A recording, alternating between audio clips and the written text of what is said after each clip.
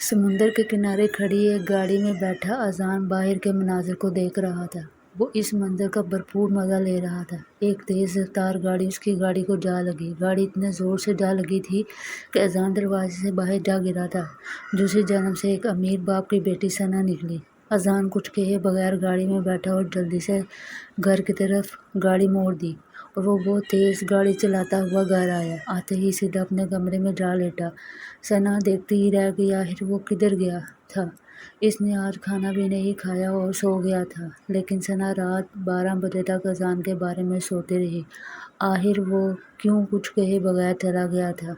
ثنا 12 بجے اٹھی، ناشتہ کر کے سیدھا سمندر کے کنارے پہنچ گئی۔ وہ اذان کا انتظار کرنے لگی۔ اذان آیا۔ اس نے جب ثنا کی گاڑی کو دیکھا، ثنا باہر ہی کھڑی تھی۔ اس کی نظر جب ثنا پر پڑی اور وہ فوراً گاڑی میں بیٹھا اور گھر کی طرف گاڑی موڑ لی۔ ثنا اپنی گاڑی میں بیٹھ کر اس کے پیچھے چل پڑی تھی۔ ثنا ایک بے باک اور ضدی لڑکی تھی۔ اذان آدھے ہی گھنٹے میں گھر تھا۔ اذان ایک چھوٹے سے محلے میں رہتا تھا۔ اذان کی گاڑی چھوٹی تھی، اس لیے دروازے پر کھڑی ہو گئی تھی۔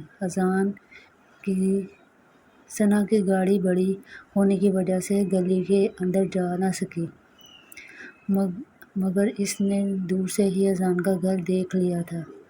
آج پھر وہ بستر پر لیٹ کر سوچ رہی تھی، آخر اذان کیوں اسے دیکھ کر گھر بھاگ گیا تھا۔ وہ سوچتے سوچتے سو چکی تھی۔ وہ صبح سویرے اٹھی تھی، جلدی سے ناشتہ کیا، پھر تیار ہوئی اور اذان کے گھر پہنچ گئی۔ اذان کے باپ نے دروازہ کھولا، دیکھا سامنے بہترین لباس، مہنگا موبائل، گلے میں دوپٹہ لیے گولڈن بال ایک لڑکی کھڑی تھی۔ اس نے آتے ہی پوچھا، آپ کا بیٹا گھر پر ہے؟ اس کے باپ نے غصے میں اذان کو آواز دی اور پوچھا، ہمیشہ کون ہے؟ مگر اذان نے صاف انکار کر دیا تھا۔ ثنا جلدی میں بولی کہ میں وہی ہوں جو تمہیں سمندر کے کنارے پر ملی تھی۔ اذان کے باپ نے کہا، ہم تمہیں نہیں جانتے، ساتھ دروازہ بند کر دیا۔ اذان کو بہت سخت ڈانٹ پڑی تھی۔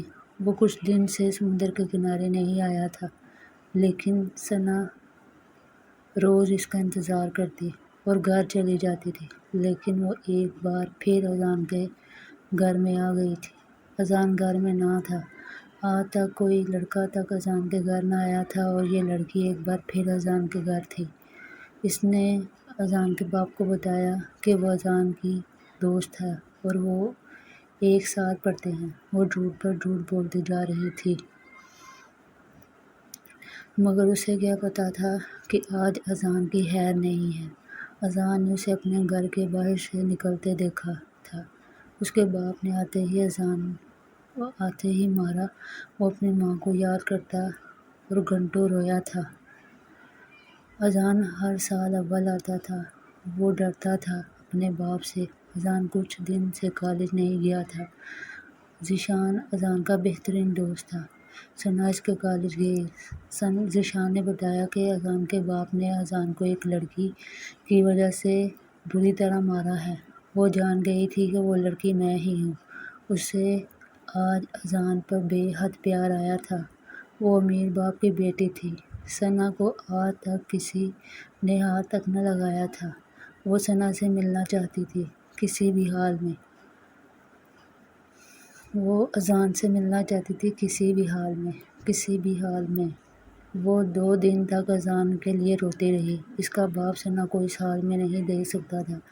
ثنا نے اپنے باپ کو بتایا کہ وہ اذان سے شادی کرنا چاہتی ہے۔ وہ اپنے باپ کے ساتھ اذان کے گھر پر تھی۔ اذان سو رہا تھا۔ اذان کا باپ غصے سے کمرے میں آیا۔ آج وہ پھر آئی ہے، یہ سن کر اذان کو چکر آنے لگے تھے۔ وہ اکیلی نہیں، اپنے باپ کے ساتھ آئی تھی۔ وہ ایک ہی سانس میں بول رہی تھی، وہ اذان کو لینے آئی ہے اور ساتھ لے کر جائے گی۔